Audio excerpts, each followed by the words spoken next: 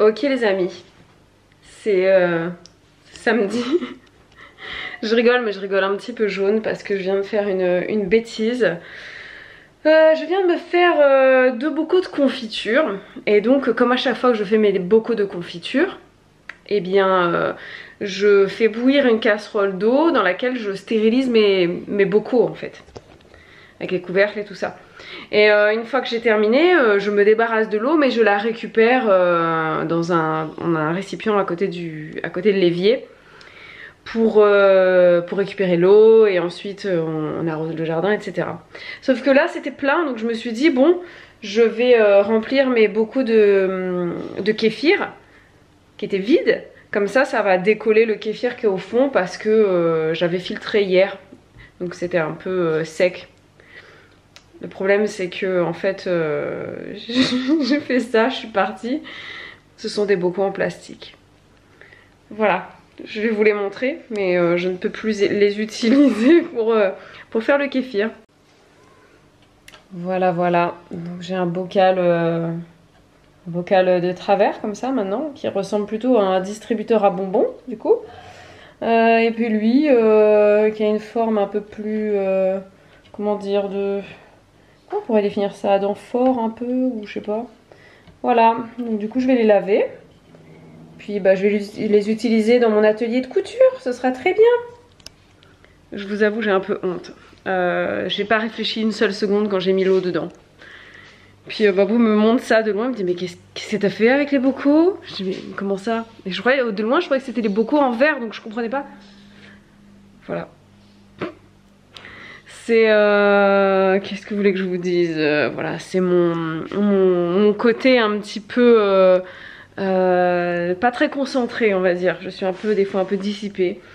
J'étais concentrée sur un autre truc et puis voilà. Je voulais vous montrer un petit peu, je sais pas, je crois pas qu'on l'a filmé hier. On l'a filmé, bon c'est un peu en désordre puisque là je suis en train de faire des trucs. Mais on a aménagé un espace couture pour moi dans la véranda puisque je m'y suis vraiment remise de manière assidue. Comme à chaque fois que je sors ma machine à coudre en fait je ne la range plus et comme là c'est toujours un peu les vacances, c'est bientôt fini mais bon c'est encore les vacances, du coup je l'ai vraiment sortie très longtemps. Le problème c'est que je l'ai mise sur mon bureau dans l'entrée donc ça occupe quand même pas mal de place là-bas, c'était pas très pratique, je prenais trop de place là-bas, j'avais pas beaucoup de lumière et donc bah, je vais créer un espace couture dans la chambre des petits pour moi, mais en fait ce sera quand je ne serai plus assistante maternelle. Je pense que je l'ai déjà dit, si je l'ai pas dit je le dis, si je l'ai déjà dit je le répète. Je ne vais pas faire assistante maternelle toute ma vie, c'était, je savais qu'à un moment donné j'arrêterais, je ne sais pas quand est-ce que j'arrêterais, mais je sais qu'à un moment j'arrêterais. Et à ce moment-là, donc la pièce qui accueille les petits actuellement pour dormir, ce sera mon espace couture. Mais vu qu'ils y sont encore pour l'instant, Babou m'a dit tu peux peut-être installer un coin dans la véranda. Et donc on a réagencé la véranda hier, j'ai commandé ma surjeteuse. Je suis trop contente, ça y est, je l'ai commandée. C'est la marque Viola, je crois. Tu n'as même pas regardé, c'est toi qui a finalisé la commande. Je mettrai le lien, je sais plus ce que c'est. Je sais plus ce que c'est. Oui, mais c'était vraiment, elle était très bien notée. Je l'ai commandée sur Amazon, j'ai fait beaucoup de recherches avant. Et au niveau du budget que je voulais mettre dedans, voilà, c'était... Je trouve très correct. Je voulais filmer la véranda mais en fait les filles ont déjà bien dérangé de l'autre côté. C'est pas grave. Et t'as filmé ta... Oui ça oui. Ta catastrophe? Oui c'est bon, c'est bon. C'est bon? Devant la France entière hein. Morale de cette histoire, ne mettez pas d'eau bouillante dans du plastique. Et même dans du verre trop fin d'ailleurs. Moi ça m'est déjà arrivé d'exploser un et dans truc, la céramique aussi. un truc en verre. L'eau bouillante en fait faut faire très attention avec ça. Moi je sais que j'ai déjà mis du vinaigre bouillant dans la cuvette des toilettes. Mais oui mais tu continues de le faire. Non je le fais plus. Ah bon? Non je le fais plus parce que quand j'en ai parlé... les toilettes au vinaigre derrière. Oui mais pas bouillant. S'il était à température froide. D'accord. Parce que quand je parlais à mon père et que je disais voilà oui bah, que j'ai fait ça pour nettoyer les toilettes, j'ai déjà mis du vinaigre bouillant. Il me dit ah mais non mais faut surtout pas faire ça. Il me dit que lui quand il habitait chez sa mère ou je sais pas tout seul j'en sais rien, bref il me disait qu'il avait mis du vinaigre bouillant ou de l'eau bouillante même je sais pas dans les toilettes et ça a pété le... Bah oui, parce que ça a pété le truc, quoi, en fait. si la matière, elle est un petit peu fragilisée, bah l'eau, enfin, je pense que l'eau bouillante, c'est comme l'eau qui gèle. C'est pas le même principe, mais tu vois, l'eau qui gèle, c'est encore pire parce que ça gonfle, etc. Mais l'eau bouillante, c'est ton truc, il est fragilisé. Et là, le plastique, bah, c'était des pots en plastique comme ça. Franchement, je me suis même pas réfléchi, j'ai fait tout ça. fin, qu'on utilise, voilà, pour... On en avait en verre, des pots comme ça, et on en a cassé, les filles. Je sais plus. Non, c'était peut-être même moi. Hein. Et du coup, ça m'a gonflé, on en avait déjà cassé 3 au moins. J'ai dit, bon, on va prendre en plastique. Des pots de 1 litre avec... C'est incassable, quoi. Le petit truc comme ça, tu fermes, tu peux mettre du riz, des pâtes, voilà, tu fais du vrac et tout. Et puis, voilà, l'utiliser pour le plastique, pour le kéfir. Plastique, c'est incassable. Sauf si tu fous de l'eau bouillante dedans. Voilà. Non, mais je vais les utiliser. C'est un verre le truc, c'est devenu un verre. Ou alors un pot de 500. Non, mais je vais l'utiliser en pot pour mettre, tu sais, mes crayons, mes machins, tu sais, bref, mes trucs de couture. Sauf que celui-là, ça va être un peu plus compliqué mais quand même. Parce que ça fait distributeur, tu sais, comme le truc à bonbons là, tu vois. Ah, ouais, d'accord. Tu sais, c'est stylé, peut-être qu'on pourrait le peindre ou je sais pas. Tu mets tes canettes de couture dedans. Voilà. Non, je dis ça, mais Bibou, elle vient de regarder ce matin des vidéos astuces, rangement couture. Non, parce que elle vous dit ça. Faut pas prendre à la légère, Bibou. Moi, je la connais. Hein. Le jardin, quand elle s'y est lancée, bah, vous voyez, c'est pas à la légère qu'elle a fait le truc. Et la couture, c'est sûr que ce sera un truc. Elle va nous faire des vêtements, elle va en vendre, etc. C'est sûr et certain. Sûr et certain. Quand elle se met dans un truc, j'arrive à voir si c'est une genre de lubie passagère. Mais la couture, je ne m'y mets pas en fait. Ouais, la couture, c'est vrai qu'elle coud depuis. T'as commencé à 20 ans, quoi. 18 ans, t'as commencé. C'est une ex-belle-mère qui lui a appris. Elle est toujours liée à son ex. La couture la liera toujours. Non, pas à lui, à à la vie d'avant. Non, mais voilà. Non, mais, donc, elle veut vraiment. Bah, Et elle me disait d'ailleurs, je lui disais, ouais, mais tu trouves pas que. Enfin, même moi, hein, moi je vis avec elle. Donc, pour moi, c'est bizarre de voir une personne qui fait autant de choses. Du coup, je me dis, pour les gens extérieurs, pour vous, je dis à Bibou, tu penses pas que ça fait bizarre quand même, les gens à un moment donné vont se dire, cette fille-là, elle part dans tous les sens, elle fait ci, elle fait ça, elle fait ci. Et en fait, quand tu regardes, elle part dans tous les sens, mais elle fait tout à fond, quoi. La guitare, tous les jours elle joue, le jardin, la couture, c'est sûr que voilà. C'est 3 gros trucs. Et des trucs qu'elle a abandonnés dans sa vie, parce qu'en fait, c'était pas forcément des trucs qu'elle aimait faire, notamment le fitness. Si elle a pris plaisir à faire du fitness à un moment, mais voilà, le running, ouais, voilà.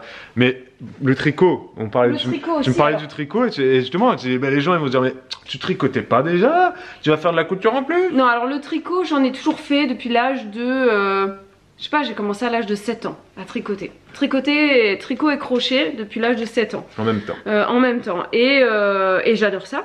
C'est quelque chose que m'a enseigné ma maman, qu'elle a enseigné aussi à ma soeur. Mais ma soeur, elle est passionnée de ça, par exemple. Elle est vraiment passionnée. C'est-à-dire que, quel que soit le moment de l'année, elle va tricoter. Tout le temps. Elle fait pas de crochet du tout. Elle c'est vraiment à fond tricot. Et moi, j'adore ça, mais que en hiver. Par exemple, le reste de l'année, j'aime pas trop avoir de la laine sur moi. J'ai besoin de faire d'autres choses, de passer du temps dans mon jardin. Et j'aime carrément plus coudre, en fait. Oui, voilà. J'aime tricoter, mais aussi... je suis pas passionnée de tricot. C'est peut-être aussi parce que tu as la passion jardin qui fait que l'été, t'as pas envie de tricoter. Non, mais par exemple, la couture, tu vois, je peux le faire... Été comme hiver, oui. Voilà. Et puis même, je veux dire, c'est pas parce que je jardine, là c'est l'été, tu vois, j'adore coudre. Oui. Mais je trouve que le tricot, pour moi, ça reste un petit passe-temps. Voilà. C'est pas une passion, c'est un passe-temps. Et en été, il faut dire ce qui est, t'as pas envie, quoi. Et je pense que maintenant... La laine, c'est trop chaud, le contact de la laine. Il y a vraiment 3 choses que je peux faire à n'importe quel moment de l'année. C'est le jardin, la couture, et puis mon hobby, la guitare. Mon hobby. Ouais, c'est un hobby. Oui, comment on peut l'appeler? C'est un hobby qui quand même se passe bien. C'est un hobby quotidien. Parce qu'il y a des gens, ils ont des hobbies, ils restent nuls toute leur vie. Toi, ton hobby progresse quand même pas mal. C'est ça que je voulais dire. Oui, je fais des progrès aussi, oui. Voilà, c'est quand même... C'est parce que c'est... Non, c'est non négligeable. La progression est non négligeable. Bah, je joue un petit peu tous les jours, quoi. Et j'aime bien. Et d'ailleurs, j'ai ramené ma guitare à côté de mon espace couture. La guitare. Voilà. Allez, ciao, ciao. Je viens de nettoyer notre chambre à coucher. J'ai enlevé le lit des murs, enfin j'ai bougé les lits, bougé les meubles, j'ai nettoyé les plinthes, fait un peu la poussière, avec du vinaigre, etc. Et puis j'ai balancé un bon petit coup d'insecticide dans la chambre, parce que ça fait 4-5 jours que je me fais piquer par quelque chose, une petite araignée, j'en sais rien. J'ai une piqûre un jour, le jour d'après une deuxième piqûre, un jour d'après une troisième piqûre. Voilà. C'est des piqûres isolées. C'est pas des piqûres en ligne. Ouais, parce que les piqûres en ligne, comme ça, c'est les punaises de lit. C'est les punaises de lit. Et ça, faut faire très attention parce que ça peut véhiculer des maladies, dont la gale. Donc là, c'est voilà, des piqûres isolées. Et selon moi, c'est des petites araignées. Mais après, j'en sais rien. S'il faut en commentaire, vous allez me dire, ah, c'est peut-être ça, c'est peut-être ça. Et du coup, ces trucs-là, franchement, chaque été, il y a toujours une période comme ça, une semaine ou deux, où je me fais piquer comme ça. Bibou, beaucoup moins. Là, elle a un bouton, mais elle se fait beaucoup moins attaquer par ces trucs-là dans le lit que moi. Et c'est que l'été, bien évidemment, qu'il y a ça. Donc là, voilà, j'ai balancé un insecticide. Mais si vous avez peut-être un petit ingrédient, un petit truc à mettre dans le lit, sous le lit, dans l'été d'oreiller, qui fait que vous n'avez jamais eu de piqûres de petites araignées ou de petits insectes comme ça. Les acariens, je sais pas si ça pique. Moi, je suis pas allergique, on n'est pas allergique aux acariens, donc je sais pas trop ce que ça fait sur le corps, ces machins là.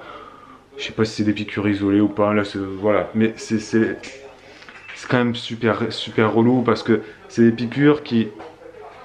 Moi, le premier bouton que j'ai eu là, c'était il y a 6 jours, il me grattait encore hier. C'est assez relou. Un bouton de moustique, ça va te gratter 24 heures, après ça passe. Là, le truc, il te gratte pendant 5 jours, quoi. C'est assez fatigant. Donc là, j'espère que je suis venu à bout du truc. J'ai vu en déplaçant le lit que j'avais une ou deux petites araignées le long des plinthes. Voilà, côté pas loin du matelas, etc. Donc, je me dis que c'est ça qui m'a piqué et que là, je suis en train de les dégommer. Mais si vous avez des astuces en commentaire pour les petites bébêtes de lit, n'hésitez pas, c'est ouvert, les commentaires sont là pour ça. Merci de nous aider, de vous aider, n'hésitez pas.